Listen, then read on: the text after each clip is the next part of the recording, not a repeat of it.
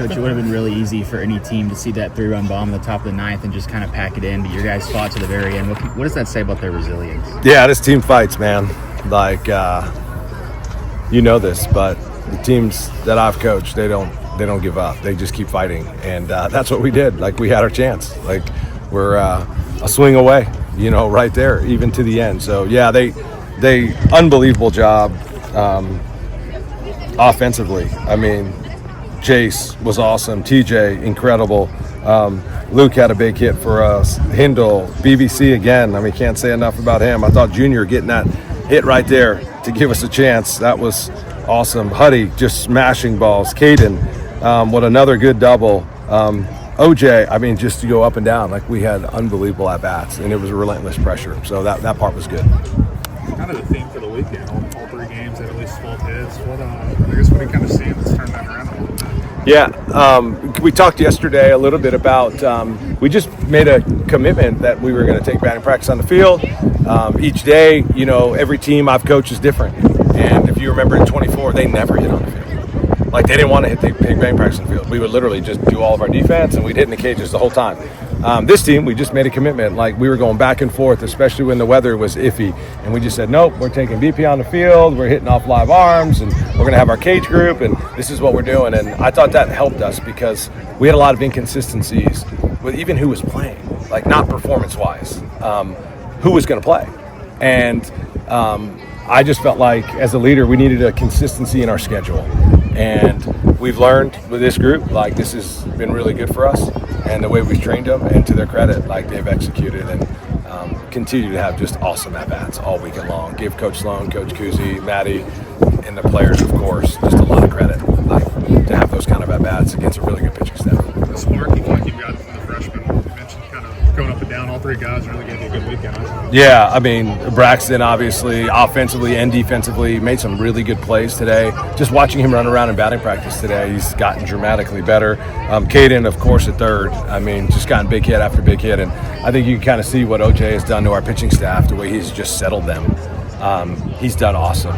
And to have him back has been key for us, for sure. This felt like a very complete weekend overall, and that's kind of been lacking in some of the other series and conference. But you talk about how important it is to kind of stack more of games like this where you're just playing a complete brain. Yeah, that's exactly what it was, And, like I challenged our team today, there was still some defensive plays left on the field, tough plays that we didn't make, that we could make. A couple opportunities, maybe keep the game in front and limit our opponents. But overall, just the belief, the fans were awesome. Thank you to all the fans that came out. But a real belief and a real confidence, and you could sense it. Like, the field was different, and we need to continue to play with that kind of confidence and that kind of edge moving forward. With somebody like Braxton, he's done so much. It seems like every time a big play, he's up at the plate. What more can you ask for somebody like him? Not much, John. Like, it's one of those things to where, when they feel like they have to do it, and it's just like the moment, it's like then it could become too big and they don't do it. But to him, to your credit, I mean, he just keeps doing it, and unfazed by it. The moment does not bother him, and that part's been fun to watch, especially for a true freshman. And if you remember last year too, we played a bunch of freshmen too. So this is 3 years in a row that we've played a bunch of freshmen, 2 years in a row, and it's gone good for us.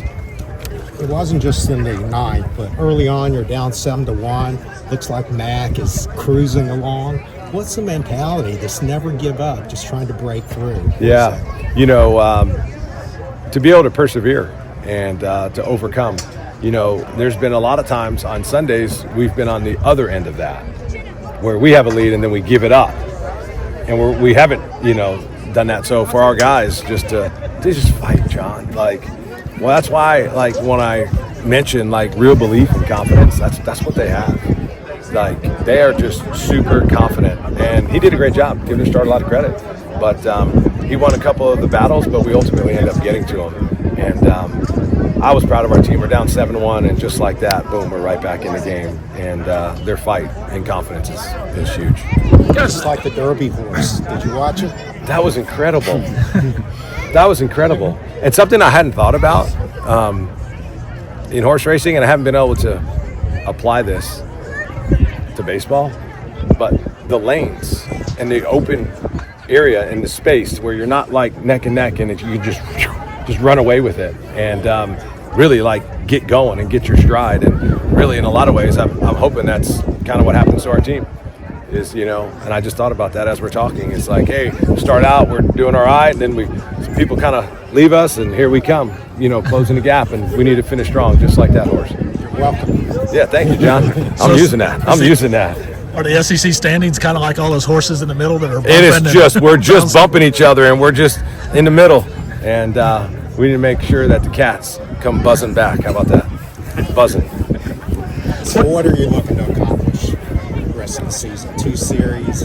I want us to play good, clean baseball. I want us to pitch and execute our pitches at a high level. I want us to defend and make routine plays, and I want us to have timely hits and just run our offense. And I think you guys can see about all the teams we play or whoever, it's like if we do those 3 things, we're going to have a chance of being in every single baseball game. Not even win them, we're just going to be in them. And if we do that, I feel really good about how the rest of the season is going to play out. Can you talk about how some of the earlier adversity in conference play has kind of primed your team for these last 6 games, needing a couple more wins to get into the tournament? Yeah, you know, just getting guys back healthy. I mean, even Nate Harris, he threw a bullpen yesterday and felt great. Good again today. It's just like to get Huddy back and OJ back and to get guys back in their bodies feeling healthy and strong and has been crucial. To have a great outing by Ben. You know, all these things are starting to fall into place for us, and we're going to need that moving forward.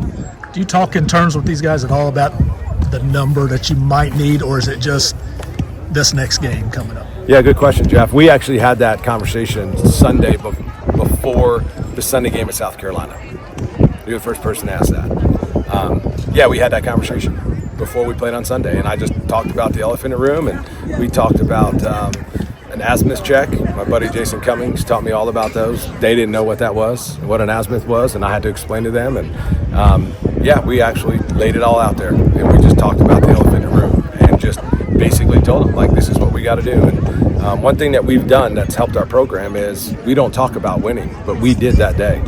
And then our focus immediately shifted on doing what it takes to win. And we mapped out the course of action that we needed to go and how we needed to change directions and go this way, and we've done that. And we've shifted our direction, and we're moving in the right direction now. That's a conversation I would imagine, depending on the team.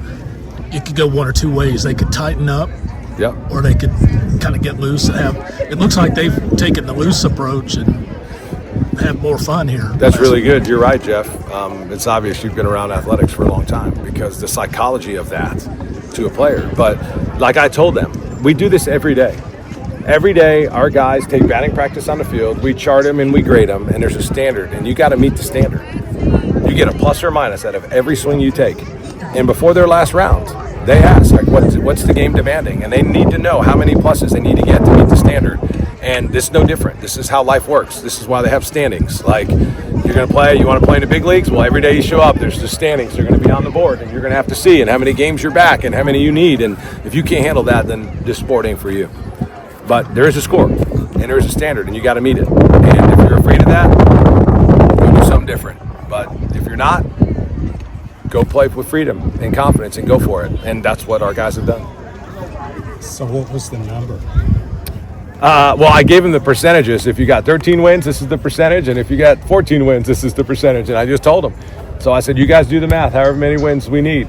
And however you want to feel about it going into the last day. And I also told him, I said, hey, I've been a part of teams that have peeled off 9 wins in a row.